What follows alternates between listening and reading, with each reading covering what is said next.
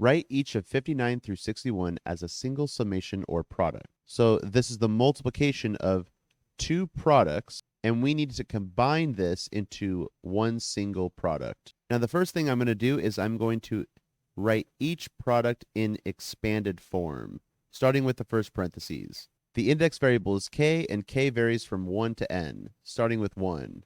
The first factor here is 1 over 2. The next factor is 2 over 3. The next factor is 3 over 4. And notice that I'm saying factor and not term. The reason I'm saying factor is because this is a product, and when we're multiplying expressions, each expression would be considered a factor, whereas if we're adding up all the expressions, those would be considered terms. So these are not terms, these are factors. So this just keeps going all the way up until k equals n, which would be n over n plus 1. So that's the expanded form of the first product. For the second product, k varies from 1 to n. Starting with 1, we get 1 plus 1, which is 2, and 1 plus 2, which is 3. So the first factor is 2/3. The next factor is 3/4, and the next factor is 4/5, and so on, all the way up until n plus 1 over n plus 2.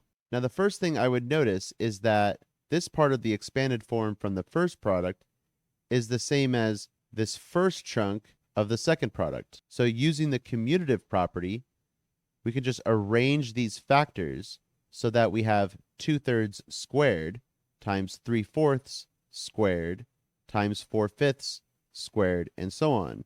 And so to simplify these two portions together, we can start from k equals 2 to k equals n. This would be k over k plus 1, all squared. And then from here, we have two other factors that we need to include. So this would be times n plus 1 all over 2 times n plus 2. I'm not quite sure how we would try to include this I'm not quite sure how we would include that in the expression. If anyone knows, let me know in the comments below, but I'm pretty sure this is the best we can do to get a single product. Thanks everyone, and I'll see you in the next video.